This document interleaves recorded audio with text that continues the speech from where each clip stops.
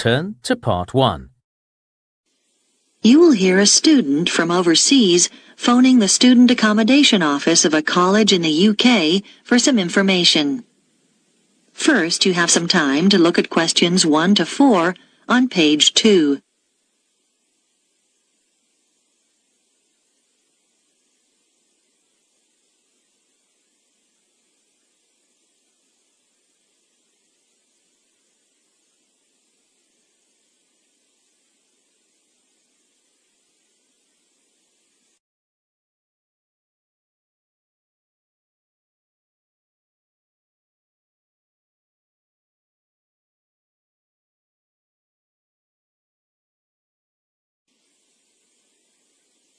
College Accommodation Bureau, Darren speaking. How may I help you? Oh, good morning. I'm starting at the college in September, and I need to find some accommodation. Right. Well, there are various options. The first one is to stay in college accommodation. That'd be a single room. How much would that cost? Well, it depends. For a standard room, you're looking at £3,276 for the year. That's just for a room with wash basin. Or £3,834 if you want an ensuite. That's with your own small bathroom. I see. That's more than I expected. It does include heating. That's quite a saving because energy costs can be high, especially in winter. Does it include meals as well? No. All our rooms are self-catering now. There's a shared kitchen on each corridor where you can cook if you want to, or there are plenty of places to eat out on campus. Okay, and you said that's the price for the whole year? Well, you pay annually, but actually it's for 36 weeks. It doesn't include holidays. You have to vacate the room then. I'd need somewhere to stay in the holidays. I can't afford to go home. The flights are too expensive. Well, there is another option. Several families who either work at the college or have children studying here offer visiting students a room in their homes. Oh? We call this arrangement Home Welcome, and we've still got a few places left at the moment. You pay £150 per week, and that includes breakfast, a packed lunch, and dinner, as well as heating. Is there a contract? Do you have to stay for the whole year? No, it's flexible. It sounds really good, but I'm not sure. I really want to be a little more independent. Before you hear the rest of the conversation, you have some time to look at questions 5 to 10 on page 2.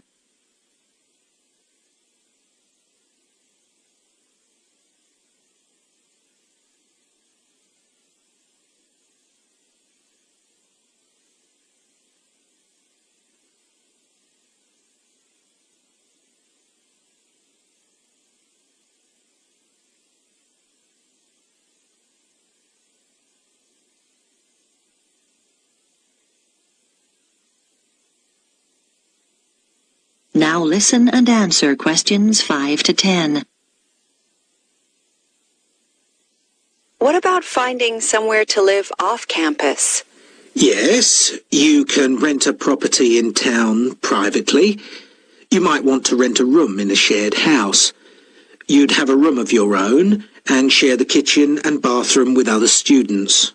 What about if I don't want to share? You can get what we call a studio. They're often quite small, but they'll have everything you need. Right. How much would those two options cost? Well, prices vary, depending on which part of town the property's in. Generally speaking, the cheapest is around £275 a month for each student. Oh, that's not too bad. Yes, but it can also be as high as £490, and then you'll have to pay all your other bills. What sort of amount would I be looking at for those? Well, last year, students were paying on average about £43 per month each for gas and electricity. This year, it'll probably be somewhere in the region of £48. That's a lot. Yes, they've gone up quite a bit, and on top of that, you have to pay for water, and that'll probably be around £9. That didn't occur to me. And I guess I'd have to pay for transportation, too. That's right. Most of these properties are quite a long way from the college. Oh, it just gets worse and worse. What's the minimum contract on this type of accommodation? 6 months. And you have to pay a deposit. But of course, you can stay there over the holidays. That's true. And you'd have to provide references. They want 2 from someone in this country. I see. But that's not a problem. If you do choose this option, we can't find the property for you. You'd have to go through the estate agent which manages the property for the owner. Right. Thanks. Well, I think I'd like to see what's available privately. Could you give me the estate agent details?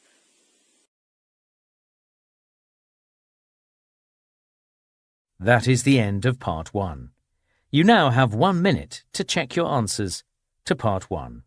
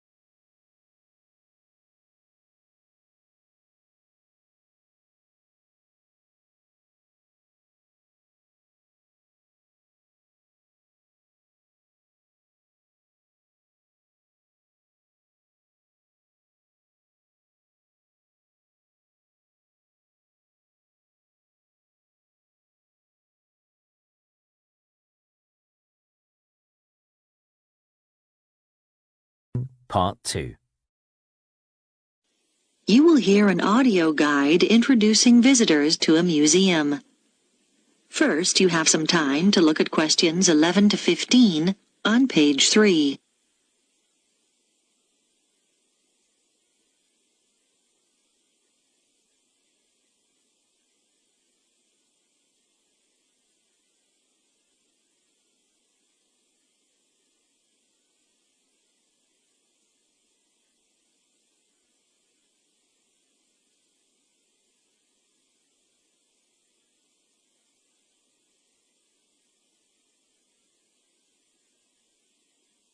Now listen carefully and answer questions 11 to 15. Welcome to the Global Museum, located at the heart of this truly multicultural city, which is home to more than 60 different nationalities. The museum has a number of exciting displays and exhibitions, and this audio guide is designed to help you make the most of your visit. Altogether, the museum has 18 different galleries, and this season sees the opening of 3 new exhibitions. We recommend that you begin your tour by visiting this season's highlights. The Heritage Clothes exhibition is located in Gallery 5 of the museum. People who live in the area have spent 2 years preparing this exhibition, which brings together some of the fascinating garments traditionally worn in their own communities. They research the history of their community's clothing traditions and the customs and rituals associated with them. Altogether, 16 countries are represented, from Ghana to Korea, from Turkey to Nepal. The photographs that accompany each display case were taken by some of the City College students who are studying design, and show the clothes being modelled by the real people who wear them in the course of their everyday lives. Another highlight this season is the exhibition called Toys from the Past, which can be found in Gallery 9. This exhibition, which will appeal to people of all ages, is on tour throughout the country and will be here for 10 weeks only. The exhibits include dolls made over 100 years ago with beautiful porcelain faces and, in some cases, real hair. The collection covers the favourite toys such as wooden train sets from many different generations and provides plenty of interest for children and adults. The gigantic board games, which are laid out on the gallery floor, are one of the most popular activities in the exhibition and should not be missed. This exhibition concludes with a special display of miniature toys. These small objects are on loan from countries all over the world, and in some cases measure no more than a few centimetres. There's a tiny car made from matchsticks, a toy aeroplane complete with pilot and passengers made out of seashells, and some exquisite little buildings no higher than 4 centimetres. Before you hear the rest of the talk, you have some time to look at questions 16 to 20 on pages 3 and 4.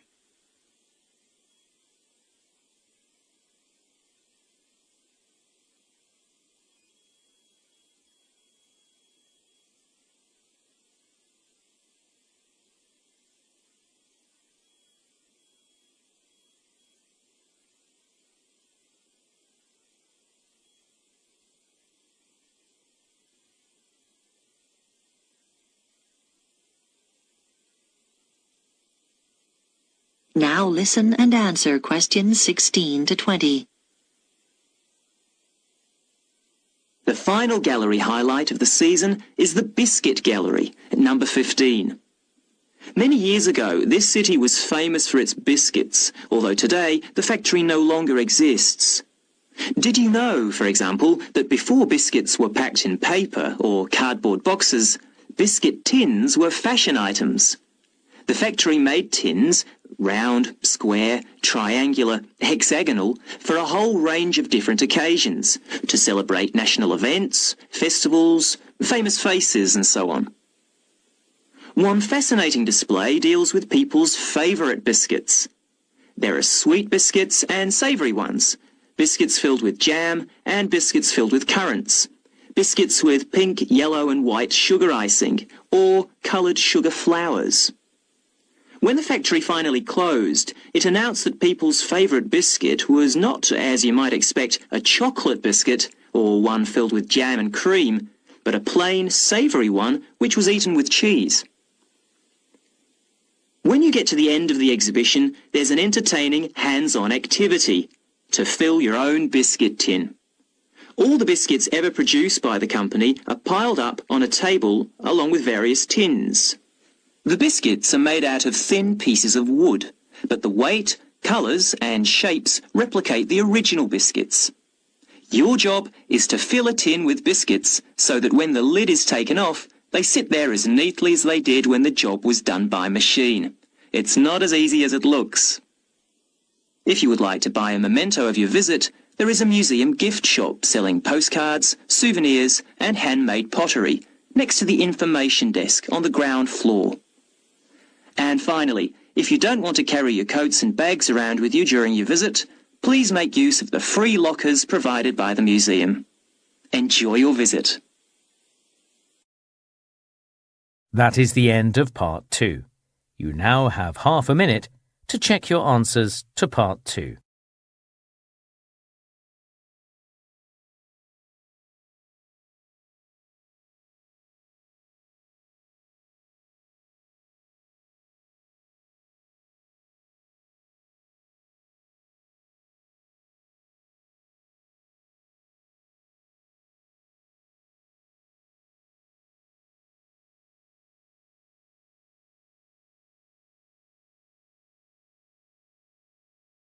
Part 3.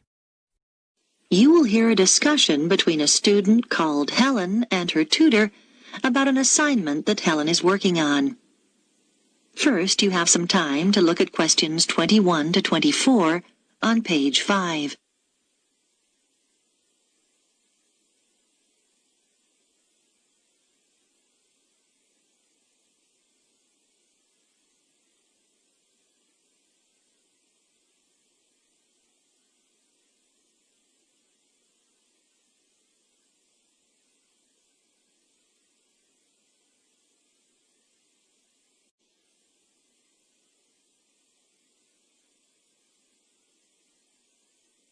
Now listen carefully and answer questions 21 to 24. Come in, Helen. How can I help you? Well, I'm doing research for the anthropology assignment, and I was hoping to check a few details. Sure. You chose the topic of Pacific Island tapa cloth, didn't you? What have you found out so far? Well, I was going to introduce my assignment by saying that the tapa cloth is a fabric made from bark, just the outer layer of the trees. It's particularly common in the Pacific Islands, but not exclusive to them. In fact, many other peoples around the world have made high-quality cloth from bark. But what sets Pacific tapa apart is the incredible variety of roles it's played in this region. Yes, nice introduction. Though I think you could be more specific regarding dates. Okay, so what about the raw materials used? Well, tapa cloth is made from several species of tree. In the Pacific, the paper mulberry tree is most common, but it doesn't thrive in all conditions. In fact, it wasn't originally found in the islands, but was carried in their canoes by the first migrants. Tapa is also made from the breadfruit tree, which is convenient because its fruit is a staple food. The paper mulberry tree is only grown for tapa making, though. Yes, that's good. Now, what about the Maori people here in New Zealand? But the Maori don't make tapa now. That's right, and you need to account for it. We know that when Maori migrated here from the other Pacific Islands, they were prepared to make tapa because they brought the paper mulberry tree with them. The thing was, after they'd been in New Zealand a bit, they found the flax plant, which is superior to tapa because it makes a stronger fabric. By the time Europeans arrived in the 18th century, Maori were making all their fabric from flax and had been for some time. Okay. So, with the production process itself, first the inner bark is beaten with wooden hammers to soften the fibres. Then the different pieces are glued together using an adhesive paste made from the arrowroot tuber. This is the only way to fabricate large pieces of cloth because bark strands are too fine to be woven together and stitching isn't strong enough. Before you hear the rest of the discussion, you have some time to look at questions 25 to 30 on page 6.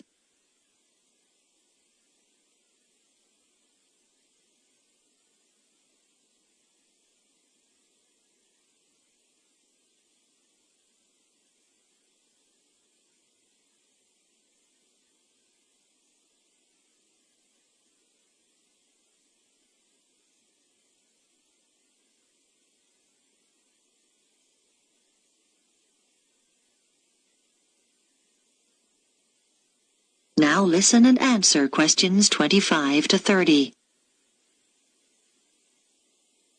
So now you need details about different countries. Where would you start? I think Samoa is the obvious place.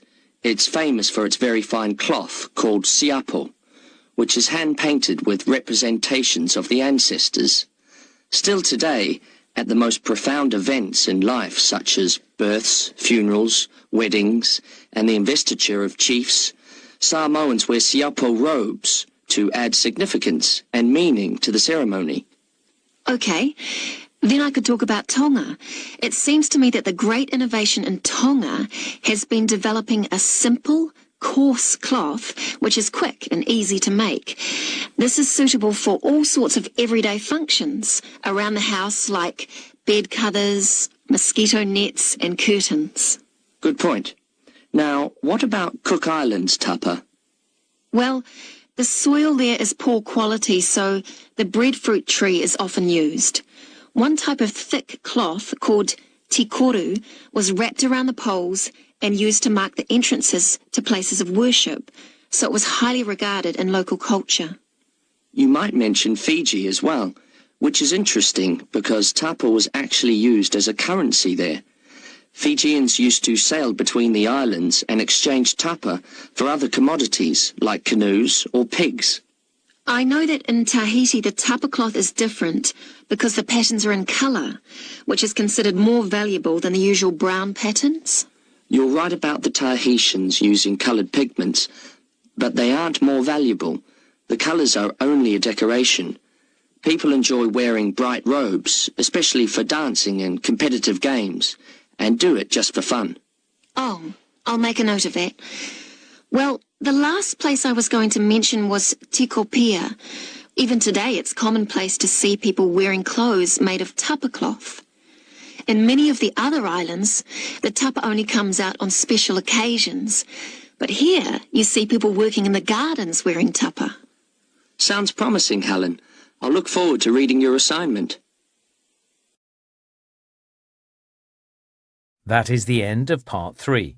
You now have half a minute to check your answers to Part 3.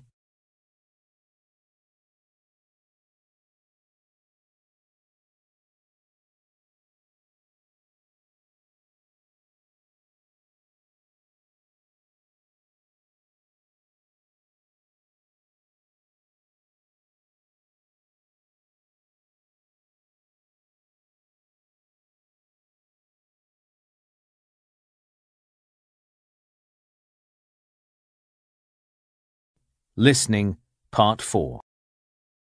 You will hear part of a talk about research into learner persistence given by a university lecturer to her colleagues. First, you have some time to look at questions 31 to 40 on pages 7 and 8.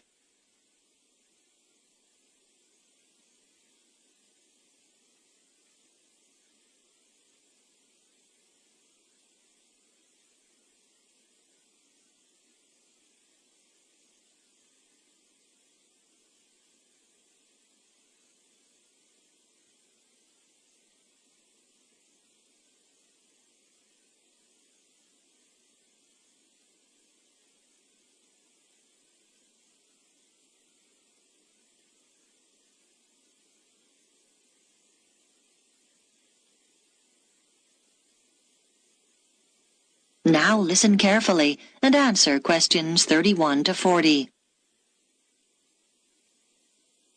My talk is about a research study I did over a period of 5 years on learner persistence, why some people stick at academic study better than others.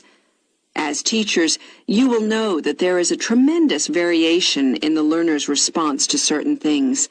For example, a short period of illness might completely destabilize some students and cause them to give up their degree studies.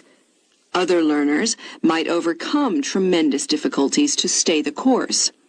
I am particularly interested in this second group, who are the ones with learner persistence. What I decided to do was design a research study using a sample of my university's third-year undergraduate students, 295 in all, who obviously had already stayed the course pretty well. The sample was drawn from a range of ages, but there was deliberately a significant number of mature students, and all respondents were living at home in the local region. I wanted to have this element of consistency, not having some coming from outside the area and living in university accommodation. It should be noted, though, that there was significant variation in home background to reflect the variation in our student population. I designed questionnaires which were devised to elicit what their concerns had been as they started the course, and what had sustained them throughout the 3 years. Findings from the first section indicated that their worries when they started varied from financial concerns, though this had not been as strong as I expected, to career prospects. But mature students with children tended to emphasize uncertainties about their relationship with them.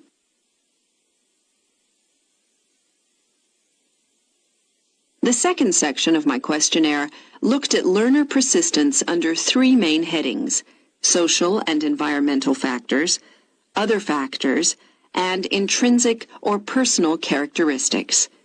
I identified 3 levels of importance for each of these.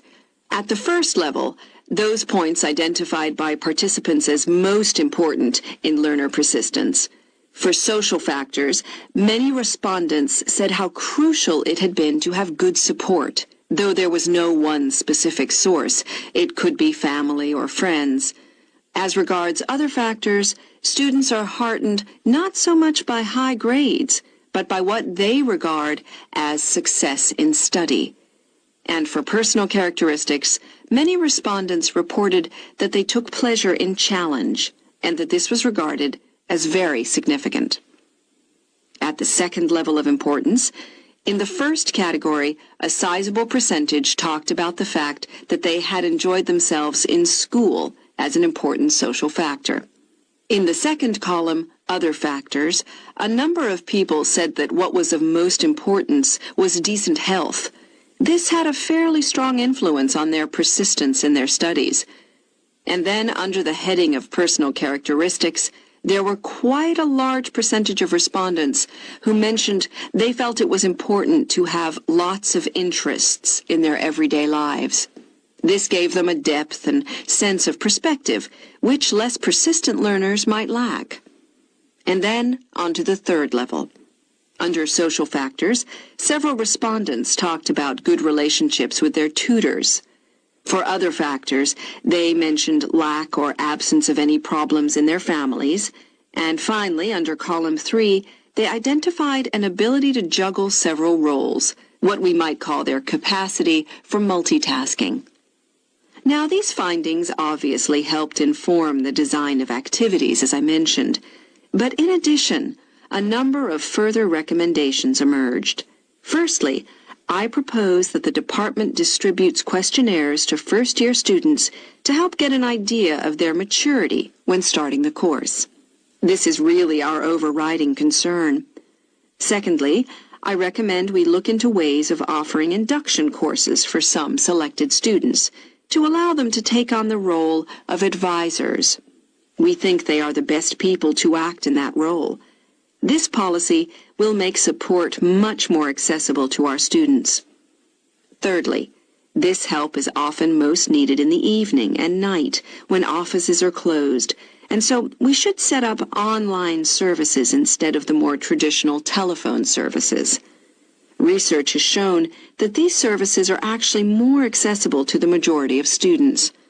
And finally, it is often important to be proactive.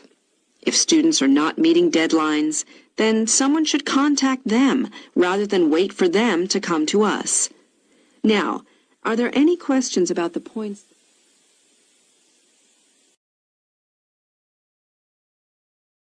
That is the end of Part 4. You now have 1 minute to check your answers to Part 4.